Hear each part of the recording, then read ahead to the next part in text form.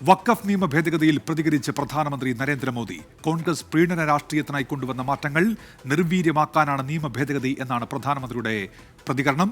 ഒരു ചാനൽ പരിപാടിയിലാണ് പ്രധാനമന്ത്രി ഇങ്ങനെ വിശദീകരിക്കുന്നത്.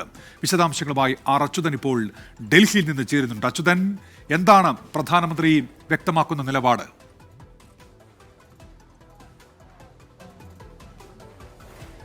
ഉന്മേഷ്, ഇതാദ്യമായാണ് കോൺഗ്രസിനെ കടന്നാക്രമിച്ചുകൊണ്ട് ഈ വഖഫ് ഭേദഗതി നിയമത്തിനെതിരെ വഖഫ് നിയമ ഭേദഗതിയുമായി ബന്ധപ്പെട്ട പ്രധാനമന്ത്രി നരേന്ദ്രമോദി ഇത്തരമൊരു പ്രതികരണം നടത്തിയിരിക്കുന്നത്.